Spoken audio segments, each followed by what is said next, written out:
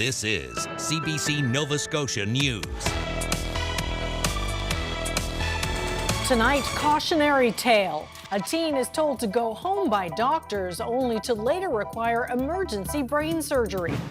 A car crash on the 104 injures 3 Cape Breton Eagles hockey players. And welcome home. An Olympic medalist returns to Nova Scotia, hardware in hand. Keep those sunglasses handy. Lots of sunshine on tap over the next few days as high pressure dominates across the region. Your full forecast is coming up.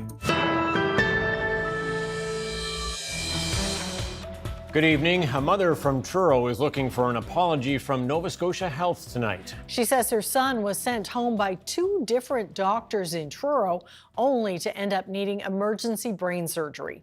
As Angela McIver reports, she argues her son's condition should have been caught earlier. Jennifer Weatherby recalls the moment 3 weeks ago a doctor at the IWK confirmed her worst fear. He's like, he has to go in for surgery. It's surgery or death. Her 13-year-old son Paxton had a bacterial infection that spread to his brain. She says he had been feeling unwell for weeks and the symptoms just kept getting worse. She sought medical care for Paxton in Truro 3 times in the same week, including a trip to a walk-in clinic and 2 visits to the Colchester East Hants Emergency Department. The final time, on August 9th, he was diagnosed by an emergency room doctor with cluster migraines.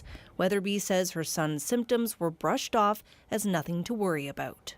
But is it normal for one person to have, headache, vomiting, swelling coming out of their face and a seizure all at the same time? Like, is that normal? I don't think that's normal. After helping Paxton walk out of the Truro hospital, she followed her gut and called the IWK in Halifax. They told her to come right away.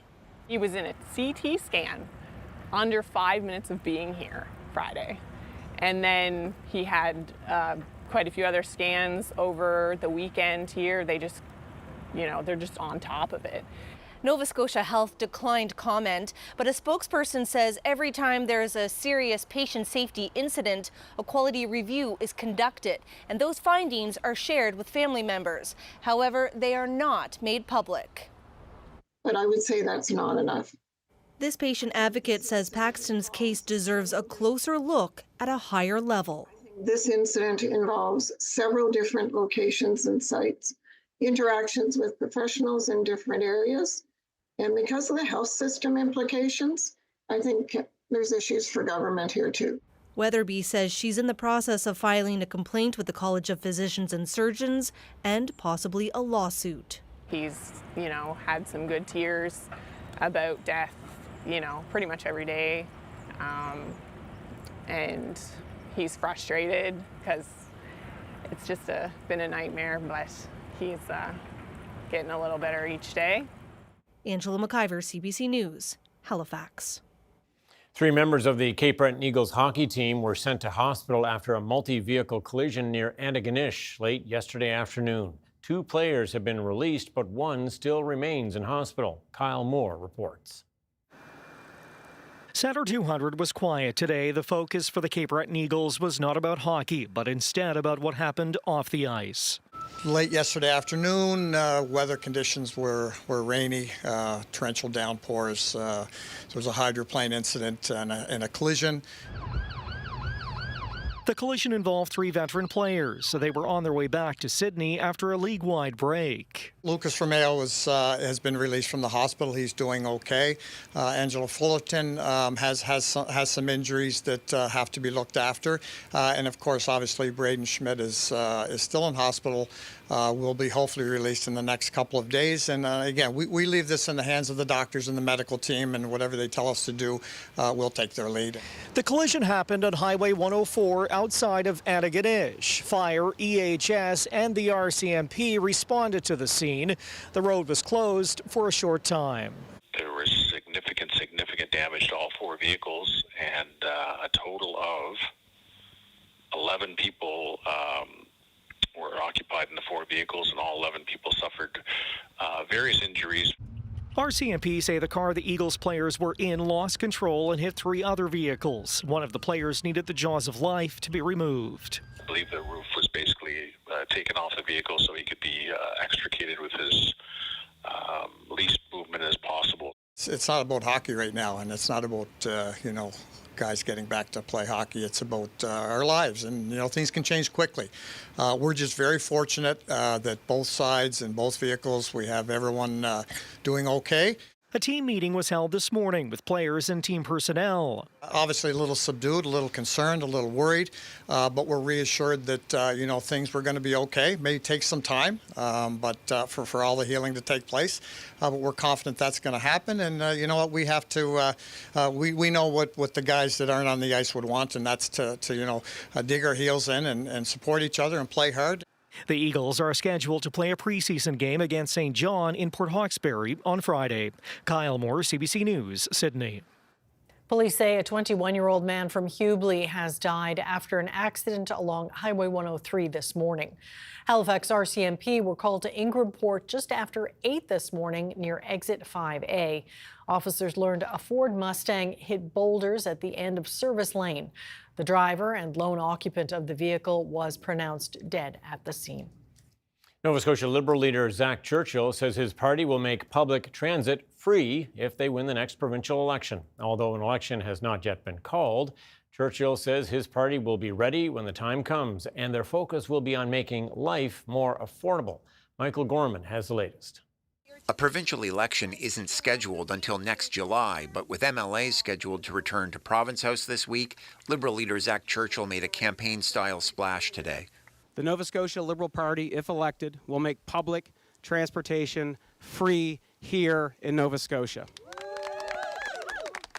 The party is budgeting $65.6 million for the per-ride subsidy and to help municipalities expand services as ridership increases.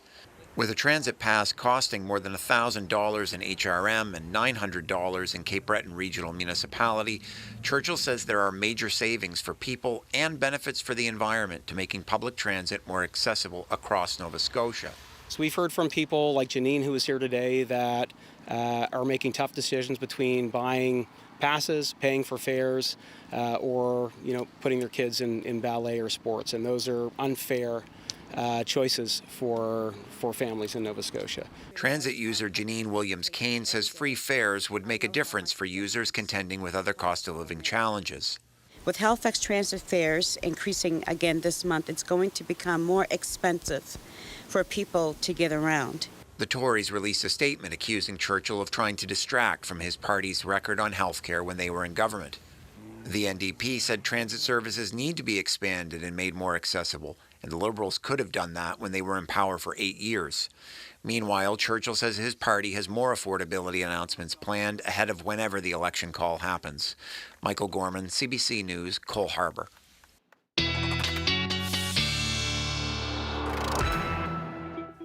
Pretty nice looking day in Cole Harbour, but there is a bit of a different air, isn't there? Yeah, you can feel it, can't you? September has arrived. Hate to use the F word, but feels like fall out there today for sure. And yeah, look at the temperature highs today across the board. High teens. We did hit 20 in and around the metro area and down towards the South Shore as well. But it had that fall feel, no question.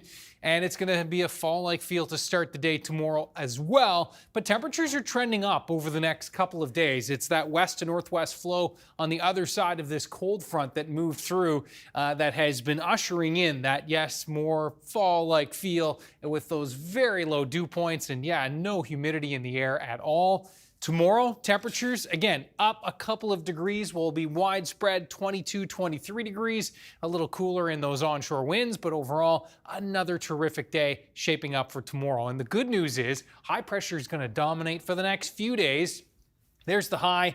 It is taking its time, crossing the region from west to east, dominating, lots of sunshine, not only for Wednesday, but also for Thursday. Now for Friday, I think we'll see some high cloud cover starting to work its way in as early as Friday morning, but more so throughout the afternoon.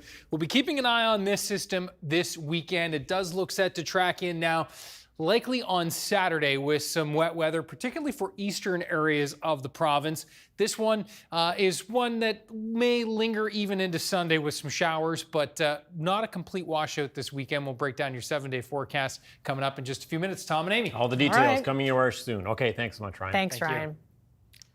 Well, the Nova Scotia Nature Trust says it is celebrating the largest acquisition of privately owned coastline in the province's history. The Nature Trust is adding nearly 1,034 hectares of protected land along Nova Scotia's South Shore. It includes Cape Negro Island, which will be known by a new name once it goes through the provincial derogatory place name process. The island has already been purchased, and there's also a deal to acquire the adjacent Blanche Peninsula. The area is 10 times the size of Point Pleasant Park and is one of the last highly biodiverse and intact coastal lands of its size in Nova Scotia. A number of endangered birds like piping plovers are nesting on the Blanche Peninsula. And just a real diversity of habitats. There's beaches and salt marsh and coastal barrens and bogs and forests. So really rich diversity of coastal habitats and all the wildlife we associate with our coast. And I talked to Bonnie Sutherland, Executive Director of the Nova Scotia Nature Trust, about how much they need to raise to acquire Blanche Peninsula by the end of the month. That's our newsmaker just after 6:30. The Halifax Public Library strike is going into its second week after negotiations fell through over the Labor Day weekend. The union, which represents 340 workers, says wage increases are not the only thing on their list of demands. Additionally, staff are concerned about the growing number of security incidents at public libraries across the country. Library staff moved from picket lines at branches to City Hall, where the council was meeting earlier today in an effort to get the attention of councillors. We understood that City Council was meeting today, so that was an opportunity for us to redirect our efforts to City Hall. It's important because we're an incredibly passionate group of workers that truly enjoy the work we do, and it's important for us to get back to work to help the community fill the void for services that aren't easily accessible for some people. Most of the libraries in the city are funded by the Halifax Regional Municipality, but Murphy says it is the library board that is making the decisions over contracts, not council. Northumberland Ferries canceled most of its afternoon crossings between PEI and Nova Scotia again today. Over the last week, more than a dozen sailings have been canceled because of winds or mechanical issues. It has some people saying the service is no longer reliable. Wayne Thibodeau has more. Trish Carter doesn't need an announcement to know the ferry is canceled. All she has to do is look out her shop window and see an empty parking lot. Carter says people are losing faith in the ferry service. I have a few friends that, they absolutely will not go on the ferry. The long string of cancellations this summer is also hurting her business. It's definitely paying a toll on people that I know, people coming to the store, that they're just not coming down here because they're not risking coming down here to go across. Carl Evans says he now second guesses whether he should even take the ferry because of all the shutdowns. It's been kind of vexing that we come down here, then there's engine problems or mechanical problems. We understand that there's going to be days that the ferry can't run because of weather. That's understandable. But so many mechanical failures is just starting to, you have to ask that question, why? A new ferry has long been promised for the PEI to Nova Scotia ferry service, but that's years away. So last year, the federal government purchased the MV Fanaford for more than $38 million. In March, Transport Canada said it would be here this summer, but it's still in Norway. In response to a CBC News inquiry, Transport Canada said, "We're disappointed that the MV Fanaford's delivery has been pushed back to late fall due to essential work by the shipyard." To get through this summer, the feds borrowed the Surima, but it can't operate in higher winds. It's also been plagued with engine problems. A fix for that is expected this week. I speak to a lot of customers, some of them disappointed with things that have happened. I end up getting a lot of those calls. And by and large, most understand that we're doing our very best to address the issues. I mean, obviously the weather is less easy to control, and working with older vessels can be challenging, and borrowed vessels can be challenging. Joyce says ferry traffic is down 10 to 12%. He blames the cancellations. If Islanders could rely on us 100% of the time, we wouldn't have this challenge for sure. Northumberland Ferry says a lot of work is going on behind the scenes to make sure the service is more reliable next summer. It's pinning its hopes on the Fana Fjord whenever it arrives. Work is underway to make sure the ship can fit the berth, and staff are being cross-trained about the Fana Fjord and the Confederation, so if one ship goes down, the other can be put in service. Officials say that should make the service more reliable next season. Wayne Thibodeau, CBC News, Wood Islands. A Nova Scotia Olympic athlete received a hero's welcome when he arrived home over the weekend.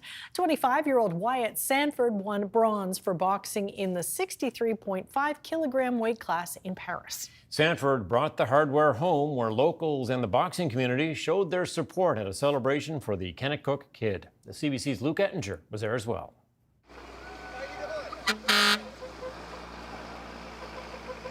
Like, everybody's talking, saying congratulations, but then it goes back to just the way it's been for years. And that's one thing that I really appreciate about the community, is where it's just one big family. And I want to give back to the community as much as I can, and trying to figure out how I can do something to help the community out, whether it's start to coaching or go to a gym and help the younger ones. But in 5 years, you'll see me probably 300 feet from where we're at right now, sitting down, having a coffee, and hopefully watching my kids play out in the front yard. It makes me really confident. And I got to hold it. It was kind of heavy. We're happy to be here tonight with everybody and to be able to enjoy the evening with all of you. And we're very grateful. We could never have done this without all of you, without the support of all the community groups that are here. You got to be determined. You just got to be determined. No matter what happens bad to you, you got to say, you know what? It happened. Whatever happened bad to me, I'm just going to turn around and make it a good situation and continue to work hard. And that's what I did. He worked hard. That's what I did. I worked hard. Just with my cousin Castile Clayton, he worked hard, and we were able to come up with something very big. And I'm pretty sure Wyatt is going to come up with something big also. I haven't really taken much vacation time in the last 10, 15 years, so Boxing Canada has given me a little bit of time. I'm getting surgery soon, so I got to take a month off anyway. So and during that month off is when we're going to reevaluate and see where we go from there. Some kids there with some pretty good hands, don't you think? They're pretty enthusiastic. I think Olympic some Olympians in the future. No kidding. Yep. All right, first quick break on the way. Stay with us. Yes, there's a lot more to come on CBC Nova Scotia News. Another Russian missile strike hits Ukraine, this time killing 41 and injuring more than 180. And China hits Canada with anti-dumping probe on canola imports in response to tariffs on electric vehicles. Isn't that a beautiful spot to be? That's Mater's Cove from Home Bay. We got Ryan up next with the full weather forecast. We're back after the break.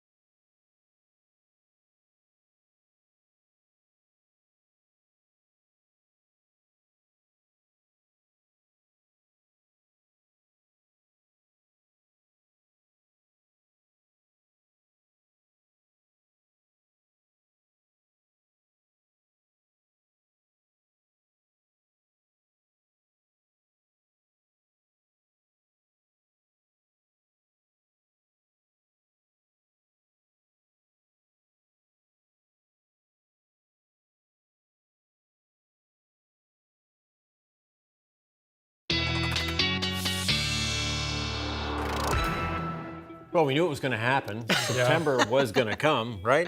I know, but it's like a light switch, right? And it felt abrupt given the cold front came through at the Yeah. exact same time that the months switched over. And it definitely feels more like September, as we said earlier in the program. Though we are trending up over the next couple of days, and it will still feel summery, no Okay. question. Your flip-flops will still stay? I'm or- still rocking the Keep 'em shorts. close by. Yeah, Okay, for good. sure, until the bitter end. The snow flies. Yeah, that's right. Well, I don't know about that far, but I will definitely trudge on. Have a look at our webcam shot from this evening. Burnt Coat Head. Pretty. Nice, Very nice. spot there. Low tide right now. And yeah, it is just a beautiful evening all across Nova Scotia. 17 degrees, mostly sunny skies out there right now, all across the province. And yeah, that high pressure is going to continue to dominate over the next few days. You can see 16 in Parsboro. That's one of our cooler spots, as well as Sydney and Port Hawkesbury and Antigonish. Sheet Harbour in the 16 range as well. 15 the Tri-County area. 19 though, Amherst and in through Greenwood. It is wherever you are across Nova Scotia, a really lovely evening. That breeze has certainly been a factor. Sustained 10, 20 kilometers per hour. And we have been gusting 30, 40, and even 50 kilometers per hour across Cape Breton this afternoon, though the winds are going to continue to ease as we move through tonight. And we'll be, looking at lighter winds across the board tomorrow. I show this only because, the mugginess is not obviously a factor right now, but the dew points are super low.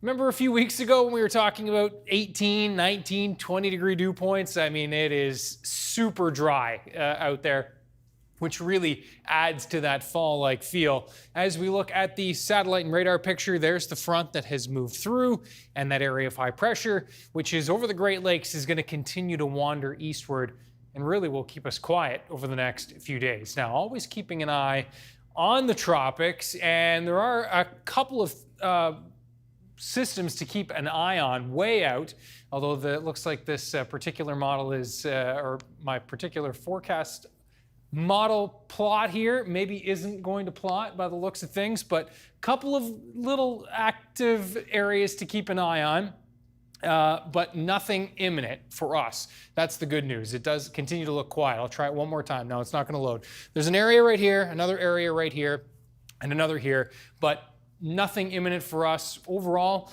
tropics have been kind of quiet over the last week or so, and it looks like they'll continue to be relatively quiet, at least in the short term. But of course, September's a long month. September into October, really the months we have to be on watching things pretty closely in the tropics. So we'll be, of course, keeping you posted. Now, for tonight, overnight lows are going to be ranging in the 8 to 12 range. Low-lying areas, maybe as chilly as, 5 for eastern parts of the mainland. That would be low-lying inland areas, but if you're in one of those spots, just be mindful of that. Hour by hour, lots of clear skies tonight, and we are going to be looking at, again, a coolish start to the day tomorrow, but we're off to the races. For tomorrow, we're into the 20s by lunchtime. Lots of sun all throughout the day, and you can see those northwest winds for Cape Breton tomorrow. Temperatures, low 20s. All across the mainland, looking very nice tomorrow, 22, 23 degrees. Similar story for the west with a light westerly wind for tomorrow. Thursday, temperatures a bit warmer. We're ranging from around 22 to 25 degrees. A lovely Thursday indeed. And then as we work our way into the Friday, more so Saturday time period, we're keeping an eye on that system that's going to be working its way in from the south. Again, fanning some clouds, high-level cloud for Friday afternoon. This system may bring some heavier downpours potentially for the eastern half of the mainland, looking more likely for that on Saturday. It does look like Saturday is trending towards a wet day either way, with either light rain or just rain. Showers lingering into Sunday, perhaps some sunny breaks there as well, with temperatures kind of trending back up, of course, for Monday. That's the way she goes, Tom and Amy. Yeah, Familiar that theme. timing, huh? Yeah. Okay, thanks so much, Ryan. Thanks, Thank you. Ryan. Well, up next, I talk with Bonnie Sutherland with the Nova Scotia Nature Trust, and I'll ask about what the nonprofit says is the largest acquisition of privately owned coastline in the province's history. That is our newsmaker. Do stay with us. You are watching CBC Nova Scotia News.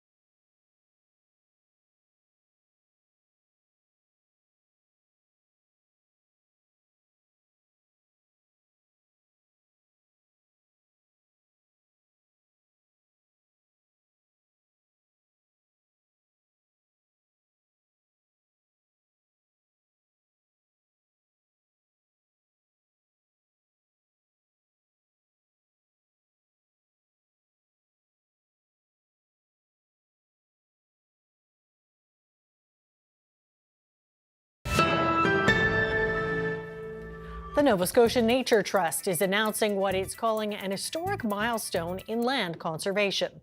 The nonprofit says the province is poised to add 2 parcels of land totaling more than 1,000 hectares, making it the largest acquisition of privately owned coastline in Nova Scotia's history. For more on this, we're joined by Bonnie Sutherland, Executive Director of the Nova Scotia Nature Trust. So I guess first off, can you talk about these 2 areas and what makes them so special? Well, the Nature Trust is so excited to be able to protect 2 of our most spectacular coastal areas in Nova Scotia. Cape Negro Island, which is 2 islands, massive, one of the largest in Nova Scotia, and together with Blanche Peninsula, it will be protecting over 2,500 acres of our most wild and pristine coastline. Very exciting. Well, what kind of wildlife would you find there? You would find a lot of bird life on both of these coastal properties. Tens of thousands of migratory birds use these properties as critical stopovers on their long migrations north and south. So we know how critical those migratory stopovers are for all of those birds, and so much of their habitat all along their migratory corridor is being affected. So it's exciting for those, but also lots of birds that spend the whole year there nesting and overwintering birds. A number of endangered birds like piping plovers are nesting on the Blanche Peninsula, and just a real diversity of habitats. There's beaches and salt marsh and coastal barrens and bogs and forests. So really rich diversity of coastal habitats and all the wildlife we associate with our coast. Now, one is already protected, but you still have some work to do for the Blanche Peninsula. How much more support do you need by the end of this month? We still need to raise another $150,000, but we've raised over $4.5 million, or at least we have pledges for that funding. If we can raise the $150 from public fundraising, that sort of unlocks the remainder of the funds that will allow us to acquire the largest privately owned coastal protected area in Nova Scotia's history. Well, what is the backstory of these lands? Who own them, and how long have you been working to get them protected? They were owned by a family. Luckily, most of the Blanche Peninsula, even though it's subdivided into lots of parcels, like most of our coastline, it's highly fragmented and owned in little bits and pieces. But a family had been able to acquire a number of these properties over the years. Luckily, they really didn't have intentions to develop it. And so it was left intact for all of these years. And they decided to sell the property, and we were able to negotiate with them to get a really fair price, significantly below fair market value, in order to ensure those lands are protected forever. And once they are protected, how much access will Nova Scotians have to that land, and for what use? That's what's really exciting. I think so many Nova Scotians are concerned about public access to the coast, and we are losing that. Over 85% of the coast is privately owned. We see gates and private property kind of signs going up all along the coast. So this is over 14 kilometers of shoreline on Blanche Peninsula, spectacular beaches and beautiful coast to experience, and it is open for the public to enjoy. People have been going there for generations and will continue to be able to do so. On Cape Negro Island, actually, there were historic settlements on the islands, and there are still remnants of some of those old homesteads and roads and the old cemetery. And so people in the community will be able to continue to care for that cemetery and visit their ancestors on the island. So they definitely are open for the public to enjoy, for education, for research, and recreation. Well, what's next for you? Do you have any other spots on your radar? We do. As part of this project is part of our Hope for the Coast campaign. So it's 2,500 acres of coast, but our target is 5,000 acres of coastline. So we have a number of other properties on our radar all around the province. And we are actively working to protect significant natural areas all across the province. We've just achieved twice the wild, which was a goal to double what we protected in our first 25 years in just 5 years, and we achieved that target a year ahead of time. So we certainly have lots of ambition and lots of opportunity. So we hope Nova Scotians will step up to make it possible to keep protecting more wild places like the Blanche Peninsula. Well, I'm sure we will be talking to you again. Thanks so much for your time. We appreciate it. Okay, thank you. Coming up, federal public service workers are pushing back against the government mandate forcing them to work from the office.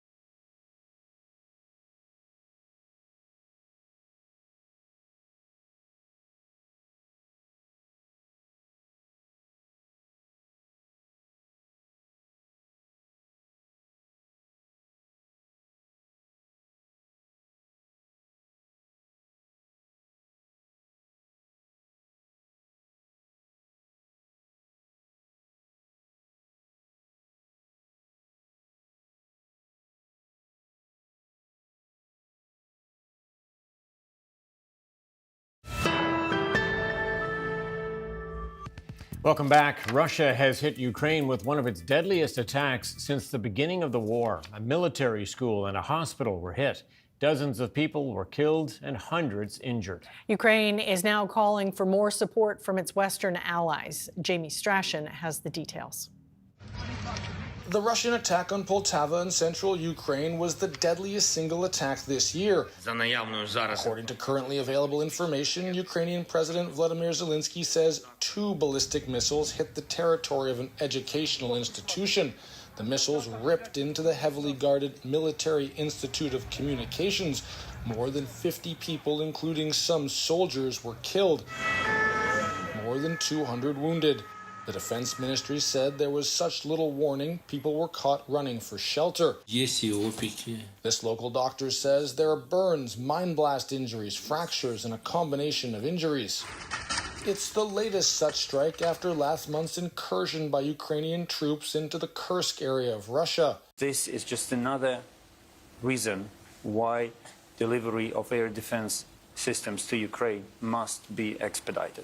In a call with Prime Minister Justin Trudeau, Zelensky urged the West to allow Ukraine to strike military targets deeper in Russian territory.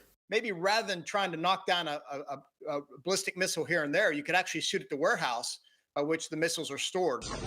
Ukraine again called on allies to provide more sophisticated air defenses. They're the only one capable of intercepting ballistic missiles. So I don't know how many more tragedies like this have to occur for all promises to be fulfilled and for all new commitments to be made. The attack happened as Russian President Vladimir Putin was on a visit to Mongolia, his first to a member nation of the International Criminal Court since its 2023 arrest warrant for alleged war crimes. There were calls that Mongolia arrest Putin, but he was given a warm ceremonial welcome. Jamie Strachan, CBC News, Toronto. This is day 3 of an emergency campaign to vaccinate hundreds of thousands of children in Gaza against polio.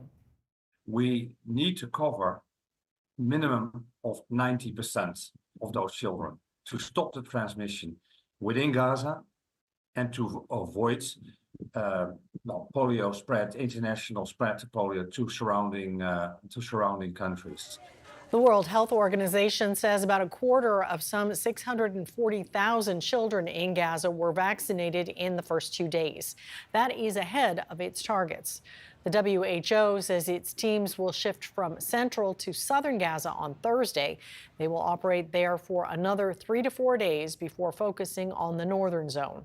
Israel and Hamas have agreed to daily pauses in fighting so vaccinations can be delivered. Officials in France say at least 12 people have died trying to cross the English Channel on their way to Britain. Helicopters and rescue vessels were scrambled to the scene and more than 50 people have been rescued. Authorities say the bottom of the migrants' boat ripped open in rough seas.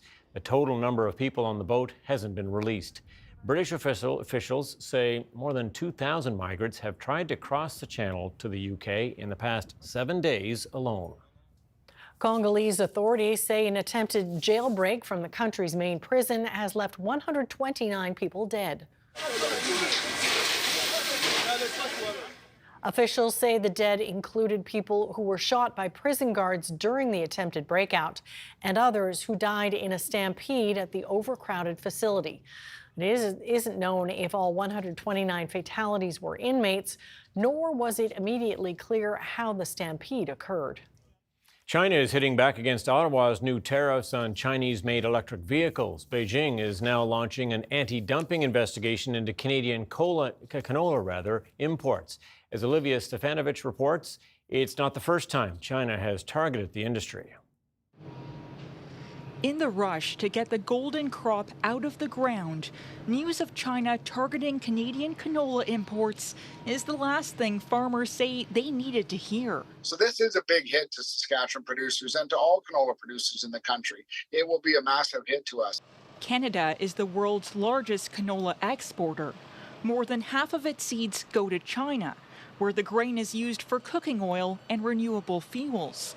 A trade relationship worth more than $5 billion last year. In a statement read by state media, the Chinese Commerce Ministry made it clear its investigation into Canadian canola imports and some Canadian chemical products is in response to what Beijing considers to be a discriminatory move by Ottawa. We will be introducing a 100% tariff on Chinese-made electric vehicles and a 25% tariff on Chinese steel and aluminum. a pressure tactic the federal government is now defending in the face of Chinese retaliation. We have to make sure that the industries that we build in this country have the ability to get off their feet. That's exactly what we're going to be doing. But there are fears that may come at farmers' expense. In the case of canola, this is an easy target for China that they have used a number of times in the last 10 years. In 2019, China suspended 2 Canadian canola exporters before removing the restrictions 3 years later. A move seen likely in response to the arrest of Huawei executive Meng Wanzhou. The fact that they are calling this an anti-dumping investigation, it's all preordained. We know that they will impose a tariff. I expect that it will be 100% similar to the tariff imposed on Chinese EVs. China says it's turning to the World Trade Organization to resolve this dispute with Canada. Meanwhile, the federal government says it's prepared to defend its agriculture sector as farmers remain caught in the middle of another tit-for-tat trade battle over matters beyond their control. Olivia Stefanovich, CBC News, Ottawa. Ontario's largest industrial carbon emitter appears to be falling behind on its promise to produce so-called green steel.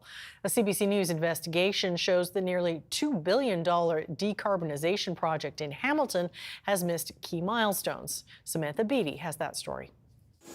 ArcelorMittal Dofasco's $1.8 billion decarbonization project was announced in 2022 with much fanfare. Top executives promised Prime Minister Justin Trudeau they were about to start building state-of-the-art green steel technology. Powered by electricity and natural gas, it would eventually replace coal blast furnaces. The project would see carbon emissions cut by 60% by 2028, a sizable contribution to Ontario's overall reduction targets. Trudeau and Ontario Premier Doug Ford pledged $900 million in funding, about half the project's costs. Right now, the first major steel company in the world making the switch towards electric, away from coal, it's happening right here in Hamilton.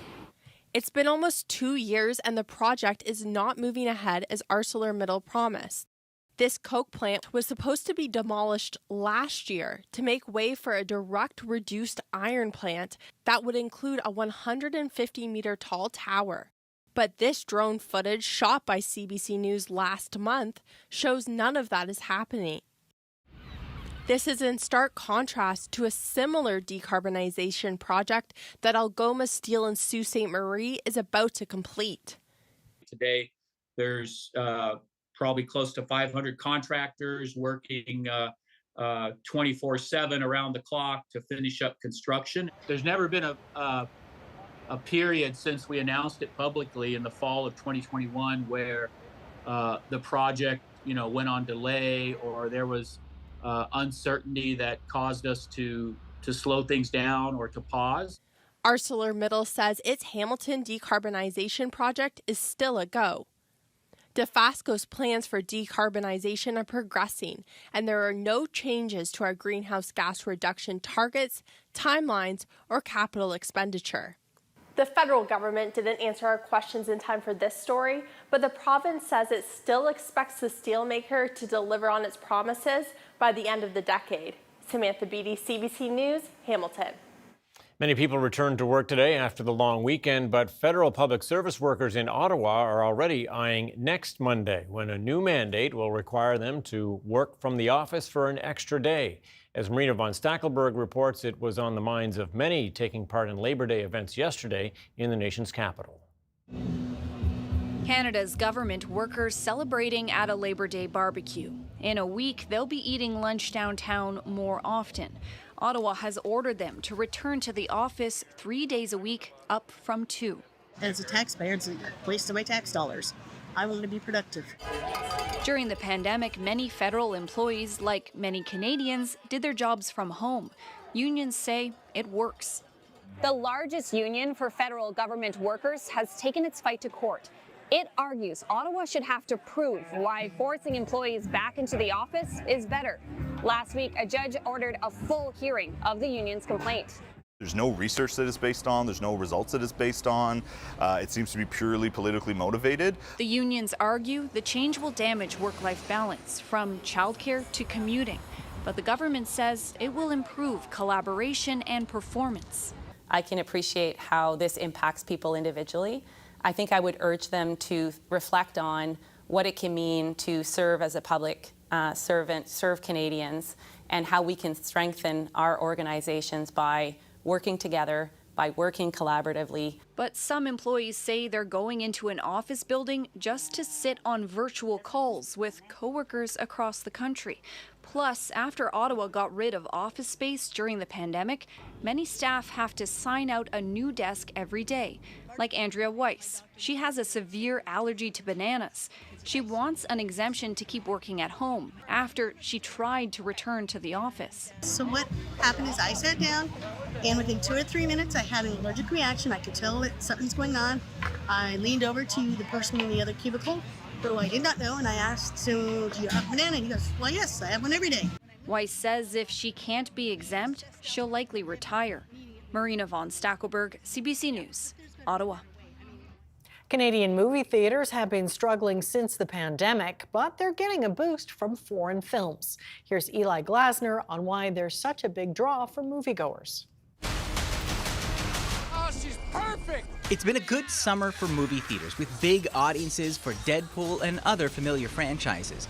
But take a look around. Next to the superheroes and sequels, you'll find films from India, China, Korea, and more. Evidence of a growing trend. In its annual statement for 2023, Cineplex touted the fact that 10% of its box office revenue was from international programming.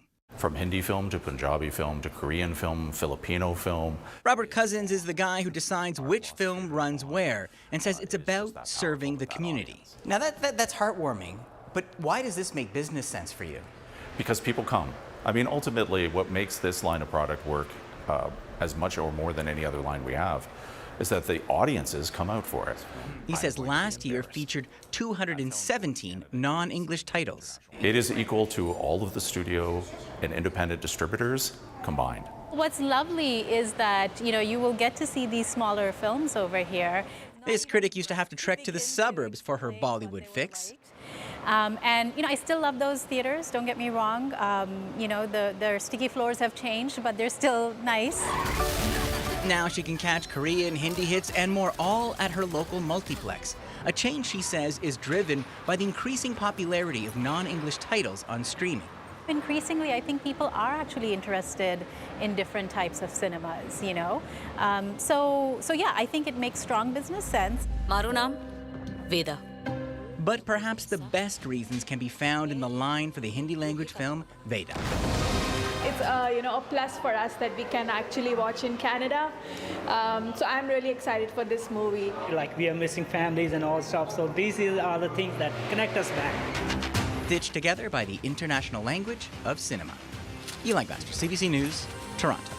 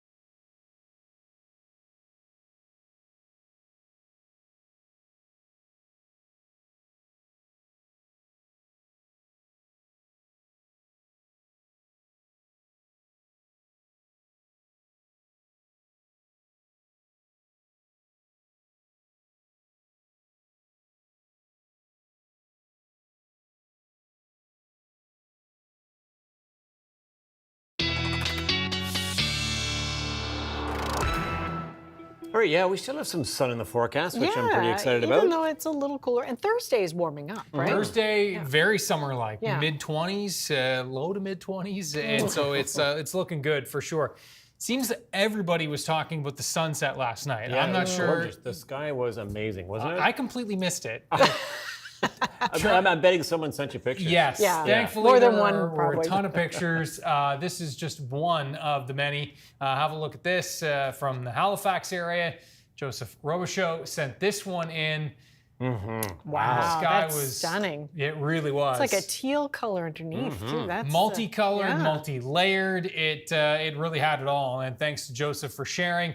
Ryan's picks at cbc.ca. Have to say, You got to get out more, Ryan. it's true. I'm trying to get those kids to bed as we transition. You have your priorities. Transition back to school. Listen, that is a big priority. Trying to get them back to bed on The battle time. is real. don't blame It you. certainly is. Parents, I'm sure you feel me. Now, 20 degrees and onshore winds tomorrow, but for the most part, 22 to 23 across Nova Scotia for tomorrow. With mainly sunny skies, it is going to be beautiful. Another mainly sunny day on Thursday. Temperatures, again, a little bit warmer. Looks like kind of widespread 22 to 25 degree temperatures, and maybe even a couple of 26s on the board for places like Keji. Now, into the Friday time period, we will see things cloud up a little bit as that next system will start to approach. That system coming in for the weekend is going to be one we'll have to keep an eye on for the potential for some heavier downpours as it does track in. But you can see nothing but high until we get there. And there's that high cloud cover starting to roll its way in. And you can see with that system moving north, we've got those pockets of yellow and orange. So this will bring the potential for some heavier downpours for the most part, looking like later Saturday is the greatest risk of that, but we'll be keeping an eye on that part of the forecast. Things clearing out through Sunday, some lingering showers, but perhaps a couple of sunny breaks. Back to the sun on Monday. We always keep one eye on the weekend, don't we? Yeah, always. All right. Here's something to remind us that it's not just people who are displaced by severe flooding. Oh, wow. Yeah, this is a 15-foot crocodile that washed up far from a river in western India. The area has been dealing with severe rains that have triggered devastating floods in the region. A local forest official says at least 10 crocodiles have been rescued so far. 2 have been released, but crews are waiting for the waters to recede before freeing the rest. That is not a job I would like. No, not for me either. That's it for us tonight. Thanks so much for watching. We'll see you next time. Good night. Good night.